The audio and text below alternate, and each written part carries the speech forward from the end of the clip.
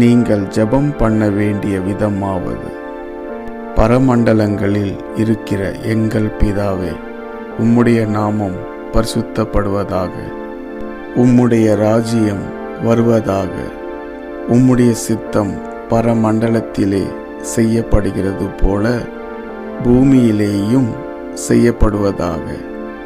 எங்களுக்கு வேண்டிய ஆகாரத்தை இன்று எங்களுக்கு தாரும்.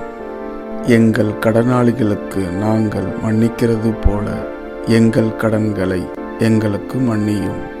எங்களை சோதனைக்குட்பட பண்ணாமல் தீமையின்றி எங்களை இரட்சித்துக் கொள்ளும்.